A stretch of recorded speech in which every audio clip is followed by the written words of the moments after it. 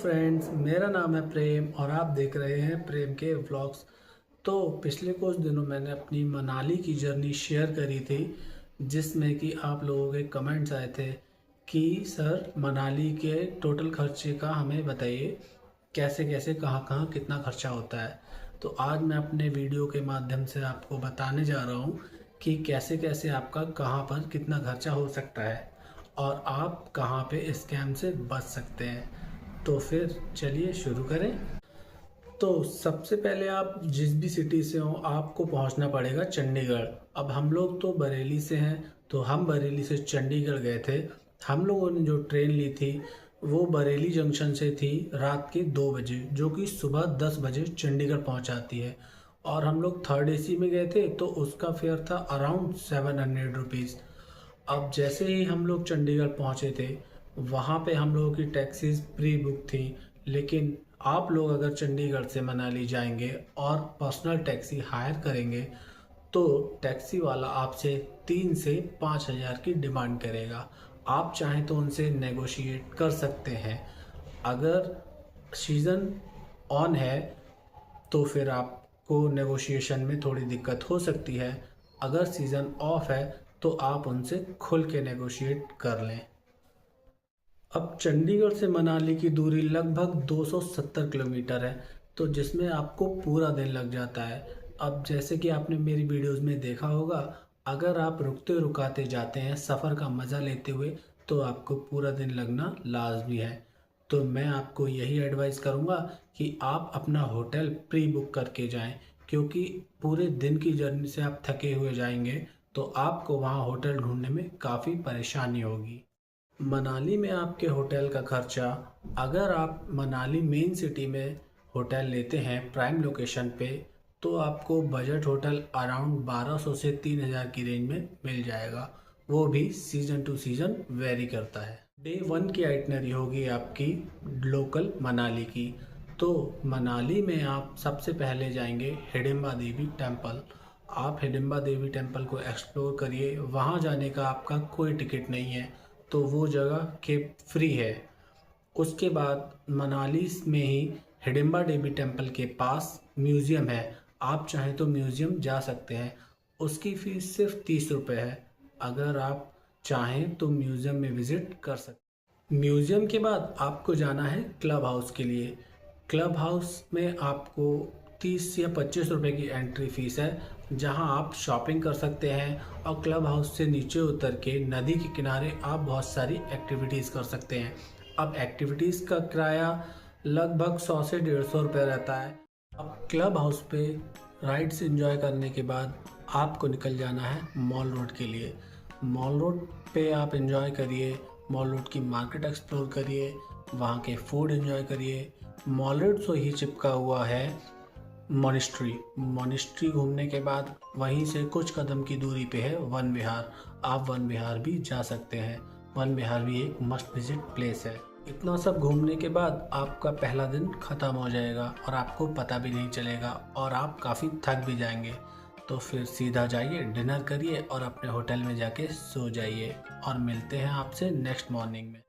अब next morning आपके लिए थोड़ी सी लंबा सफ़र होने वाला है, क्योंकि अब आपको जाना है सोलांग वैली के लिए, जिसका टैक्सी फेयर वही 2 से 3 हज़ार रुपये पर डे। अब वैसे तो आप अलग अलग दिन के लिए अलग अलग टैक्सी हायर कर सकते हैं, पर वो आपको काफ़ी महंगा पड़ेगा। इसलिए मेरी सलाह आपको यही रहेगी कि आप जब भी चंडीगढ़ से टैक्सी बुक करें, आपके जितने भी दिन का प्लान हो मनाली, सारे दिन के लिए एक ही टैक्सी बुक करें। डे 2 शुरू होता है आपका सोलांग वैली जाने से। सोलांग वैली पहुंचने से पहले आपको स्नो सूट लेना पड़ेगा। अब यहीं पे आपके साथ स्कैम हो सकता है। अगर आप स्नो के सीज़न में जाएं तभी स्नो सूट प्रेफर करें, वरना आप नॉर्मल कपड़ों में जा सकते हैं। अब हम लोग जनवरी में गए थे, तो हमने सुना था वहाँ अच्छी खासी स्नो है, इसलिए हम लोगों ने स्नो सूट प्रेफर करे थे। सोलांग वैली पहुँचने के बाद हमें पता चला था कि वहाँ तो स्नो थी ही नहीं। फिर हम लोग जाते हैं अटल टनल के लिए। सोलांग वैली से आप जब अंजनी महादेव जाते हैं, जैसे कि हम गए थे, तो आपको ATP बाइक के लिए 500 रुपये पर पर्सन का चार्ज देना पड़ेगा। और वैसे मैं आपको प्रेफर करूँगा आप जब भी अंजनी महादेव जाएं ETP बाइक से ही जाएं, क्योंकि इतना लंबा ट्रैक करना थोड़ा मुश्किल होता है। अब नेक्स्ट डे हमारा शुरू होता है कसौल के लिए। मनाली से हम कसौल के लिए निकलते हैं, जो लगभग 70 से 75 किलोमीटर की दूरी पर है। मनाली से कसौल के इस सफ़र में आपको कई सारी एक्टिविटीज़ मिलेंगी रास्ते में। आप चाहें तो एक्टिविटीज़ कर सकते हैं, आप चाहें तो स्किप कर सकते हैं, जैसा आपका बजट अलाउ करे। कसौल पहुंचने के बाद आपका ज़्यादा कोई खर्चा है नहीं, क्योंकि वहां पे किसी भी प्रकार की एंट्री फीस नहीं है। जो भी खर्चा है आपका फूड का ही खर्चा होगा। अब कसौल में मणिकरण साहिब गुरुद्वारा घूमने के बाद आपको करनी है कैंपिंग। अब कैंपिंग के चार्ज क्या है वो मैं आपको डिटेल में बताता हूँ। कैंप के charge season two season very करते हैं। वैसे हम जिस सीज़न में गए थे पीक सीज़न था, लेकिन हमारे कैंप प्री बुक थे, तो हम लोगों को ज़्यादा झंझट नहीं करना पड़ा। हमने कैंप के रेट पता किए थे। कैंप के रेट 700-800 रुपये से शुरू हो जाते हैं। अब आते हैं आपके फाइनल कंक्लूज़न पे। तो अगर आपकी टैक्सी मान लीजिए 2500 रुपये पर डे है, तो लगभग 3 दिनों के लिए उसके होते हैं 7500। उसके बाद आता है आपके होटल का खर्चा। होटल आपका लगभग 1000 से 1500 रुपये के बीच मिल जाएगा। तो 1500 से 3 दिन का होटल का खर्चा आपका पड़ा 4500। आपके फूड का खर्चा वैसे तो आप पे डिपेंड करता है, पर आप नॉर्मल फूड लेते हैं तो 500 से 600 रुपये पर डे आपका फूड का खर्चा होगा।